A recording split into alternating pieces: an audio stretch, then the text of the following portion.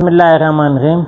आज के लेक्चर में हम लोग लॉगरिथम पढ़ेंगे, उसको हिस्ट्री को थोड़ा डिस्कस करेंगे। तो लॉगरिथम क्या होता है, लॉगरिथम हम लोग क्यों पढ़ते हैं। Logarithm is a method to reduce the complicate multiplication को मल्टीप्लिकेशन एंड स्पीडी कैलकुलेशन ये वेरी स्मॉल यानी बहुत छोटे या वेरी लार्ज बहुत बड़े नंबर हों तो इनको स्टडी करने के लिए हम लोग क्या पढ़ते हैं, लॉगरिथम पढ़ते हैं।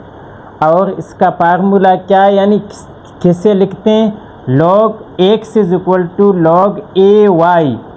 तो हमारे पास यहाँ जो a है ये मेरे पास बेस है और ये जो x मेरे पास क्या है, यहाँ जो लिखा हुआ पावर है। और इसको हम लोग पढ़ते कैसे हैं, and read has x is equal to log y, यानी x is equal to log y to the base a, यानी बेस a हो तो इसको हम लोग इस तरह पढ़ते हैं। यानी ये हमारे पास बेस a है, यानी a की power x is equal to y। अगर इससे log पे हम लोग ख़त्म करें तो a की पावर x इज यानी a की power x is equal to y। ये हमारे पास यहाँ बेस होता है और ये हमारे पास पावर है। अभी the value should be positive, इसमें जो आपका वैल्यू a का है वो क्या होना चाहिए, पॉजिटिव होना चाहिए। Because the logarithm of only positive number is possible, इसमें क्या है, सिर्फ पॉजिटिव नंबर का लॉग फाइंड करना पॉसिबल है। नेचुरल लॉग हमारे पास क्या होता है, इन 1964 कब इन 1614 जॉन नीपर ने डेवलप किया, क्या डेवलप किया, नेचुरल लॉगरिथम। और इसमें जो उसका बेसिक कंसेप्ट था, उसने जो बेस एक की जगह पर क्या ई रखा था, बेस एक की जगह पर इसका जो मेन कंसेप्ट ये कि उसने इस बेस एक की जगह पर ई रख कर फिर लॉगरिथम टेबल भी उसने मतलब बनाया था, एक प्रिपेयर टेबल उसने बनाया था। उसमें जो मेन चीज़ है यहाँ ई लिखा हुआ है, ये यानी उसमें जो बेस आपके पास है उसने बेस ई रख कर एक टेबल बनाया था। और ई हमारे पास क्या है, ये हमारे पास एक इरेशनल नंबर है जिसका अप्रोक्सीमेट वैल्यू हमारे पास 2.71828 है। और इस ई को एक जो मैथमेटिशियन था यूलर, उसने मतलब डेवलप किया था। तो ये इसको अगर देखो वैसे हम लोग लिखते हैं log a, यानी अगर यहाँ हम लोग लिख लें इस तरह लिखते हैं x या y is equal to log a और y, यानी बेस a है y है। तो ये इसमें नेचुरल लॉग में इस a की जगह पर हम लोग क्या रखेंगे, e रख लेंगे, यानी बेस हमारे पास क्या होगा, e होगा। तो जब बेस e हो तो उसको हम लोग क्या कहते हैं, नेचुरल लॉगरिथम। उसके बाद मज़ीद हमारे पास बेस 10 यानी पे जो डिस्कस किया था कॉमन लॉगरिथम, उसका नाम है। कॉमन लॉगरिथम को हम लोग आगे चलते हुए अपने लेक्चर में डिस्कस कर लेंगे, करते हैं। तो आप देखें यहाँ हमारे पास किसने, प्रोफेसर हेनरी ब्रिग्स ने डेवलप्ड किया है कॉमन लॉगरिथम। और ये कब किया है, 1631 में। इसका जो मेन आइडिया था टू मेक द कैलकुलेशन, यानी कैलकुलेशन को ईजियर बनाना और यूजिंग लॉगरिथम विद बेस 10। इसका मतलब मेन जो चीज़ क्या है, बेस 10 का लॉग उसने हल करके कैलकुलेशन को इजी बनाया। अभी देखो कुछ एग्जांपल हमारे पास हैं। वैसे देखो नॉर्मली हम लोग लिखें इस तरह लिखते हैं 10, तो फिर उसने क्या किया, इस तरह यहाँ यानी इसको लिखा log 10 इज इक्वल टू 1। अभी इसके उस कहने का मतलब ये कि देखो हम लोग log जो मेन है उसने कहा है कि यहाँ इसका मतलब है लॉग बेस हमारे पास क्या हो 10 हो, और अगर यानी 10 का पावर अगर कोई भी नंबर हो n हो, यानी 10 का पावर n हो और उसके जो आंसर आ जाए, यानी यहाँ उस आंसर को हम लोग यानी x लिखते हैं, यानी 10 का पावर अगर n हो तो ये हमारे पास x के इक्वल हो, यानी 10 का पावर n हो ये x के इक्वल हो, तो लॉग की शक्ल में हम लोग इसको यहाँ लिखते हैं। अभी देखो अगर यहाँ आप देखें लॉग नहीं लिखा है तो इसका मतलब है यहाँ बेस 10 है। तो देखिए हम लोग जानते हैं हमारे पास रीज़न है 10 की पावर 1 हो तो वो किस चीज़ के बराबर होगा 10 की, तो इसने भी यहाँ इसी तरह लिखा है, क्योंकि यहाँ बेस नहीं लिखा है तो हम बेस ना लिखने का मतलब है यहाँ बेस 10 है, तो वो क्या कहना चाहता है 10 की पावर, तो हम लोग जानते हैं 10 की पावर 1 हो वो किस चीज़ की बराबर है 10 की बराबर है। देखो 10 की पावर 1 इज इक्वल टू 10, तो उसने इसको इस तरह लिखा, यानी लॉग में देखो ये 10 हमारे पास आंसर है। फिर इसी तरह अगर 100 लिखना है तो लॉग में हम लोग किस तरह उसने लिखा कि क्योंकि यहाँ बेस देखो इनमें कुछ इधर लिखा हुआ नहीं है, हम लोग यहाँ बेस को लिखते हैं, सही है। तो यहाँ आप देखें यहाँ कुछ नहीं लिखा है, इसका मतलब है बेस आपके पास 10 है, और यहाँ हम लोग पावर को लिखते हैं, और यहाँ जो मतलब कैलकुलेशन में रिज़ल्ट आता है उसको हम लोग यहाँ x में लिखते हैं।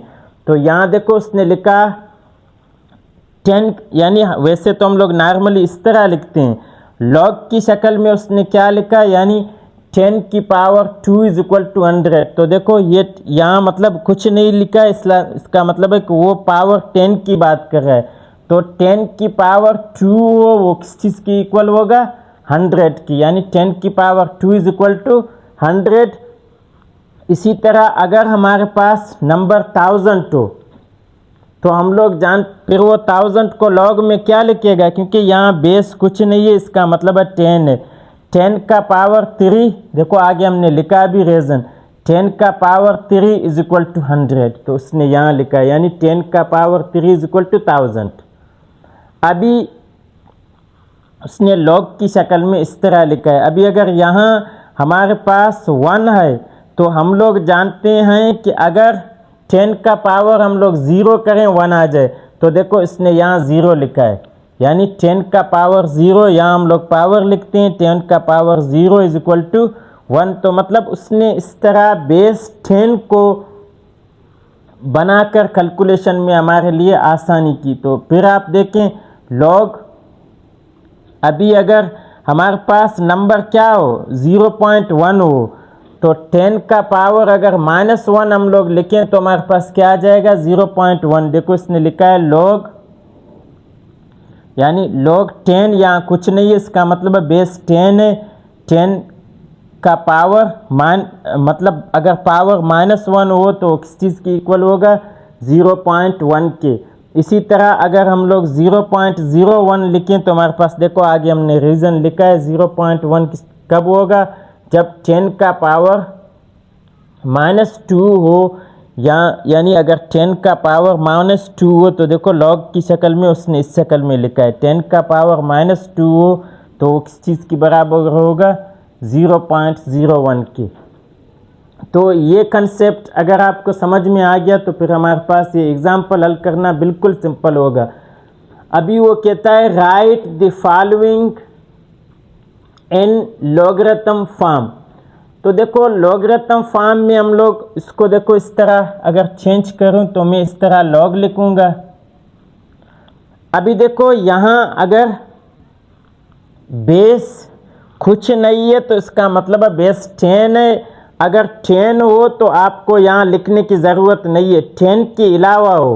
तो अभी देखो इसको हम लोग देखें, हमारे पास यहाँ लिखा है 3 की पावर 4, अभी आप यहाँ देखें क्या लिखा है 3 की पावर 4, तो हमारे पास देखो हमने पहले पढ़ा है ये 3 हमारे पास क्या है बेस है, तो इसको हम लोग यहाँ लिखेंगे, समझ गए। पावर को हम लोग कहाँ लिखेंगे, यहाँ लिखना है, तो ये पावर कितना है 4 है, और 3 की पावर 4 को जब हम लोग हल करें तो हमारे पास टोटल कैलकुलेशन कितना आ जाएगा, उसको यहाँ लिखना है 81। फिर इसमें भी इसी तरह आप देखें, ये आपका सारा है रफ वर्क कैसे, ही इसको इस आंसर के साथ मिक्स नहीं करें। फिर हमारे पास अगर इसको मैं लिखूं तो क्या आ जाएगा, लॉग,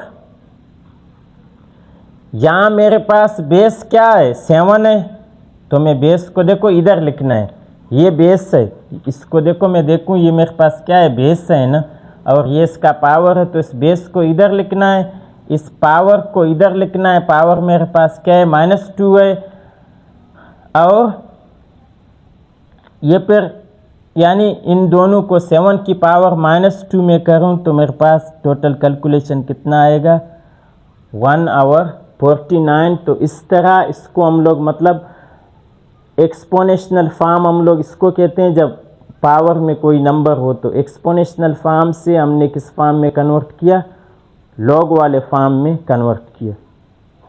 सेकेंड एग्जांपल में हम लोग देखें, वो कह रहा है कि आपने किस फॉर्म में कन्वर्ट करना है, एक्सपोनेंशियल फॉर्म में। एक्सपोनेंशियल फॉर्म हम लोग इस तरह बोलते हैं कि हमारे पास यानी x की पावर 3 आ जाए या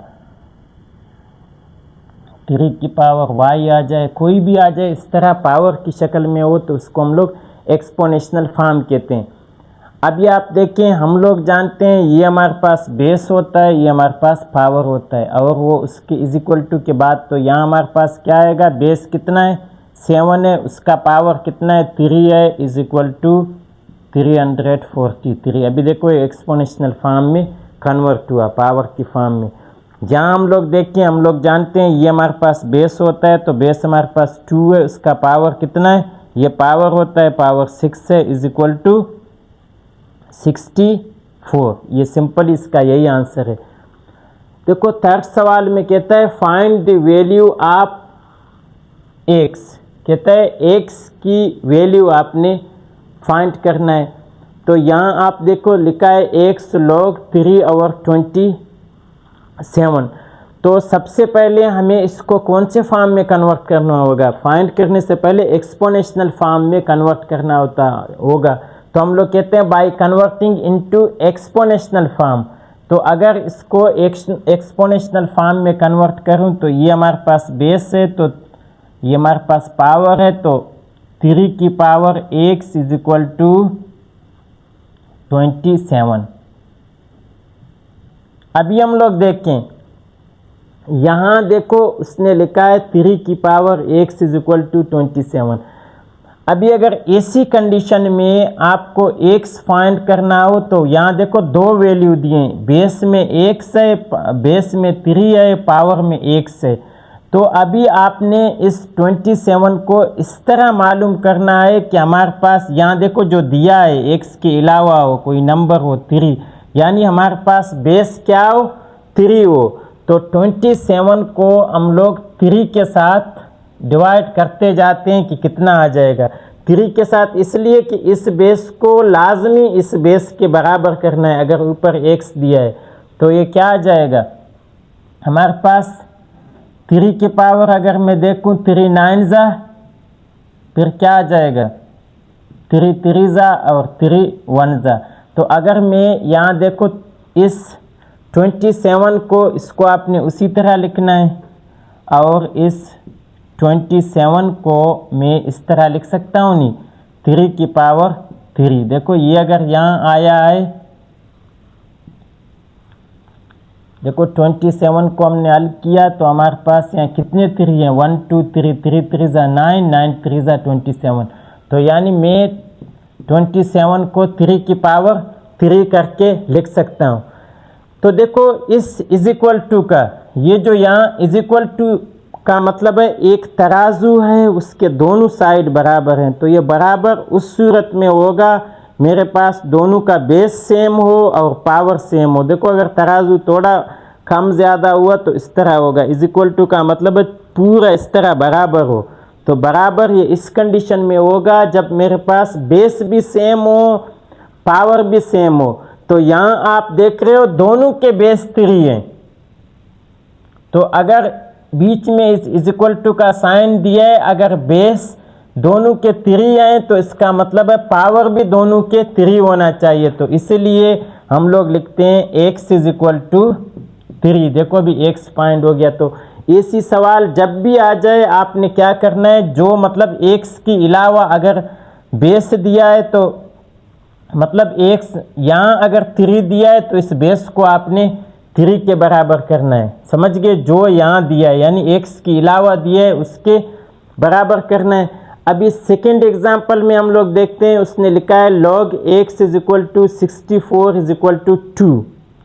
तो इसको भी हल करने से पहले आपने क्या करना है, कन्वर्टिंग इनटू एक्सपोनेंशियल फॉर्म।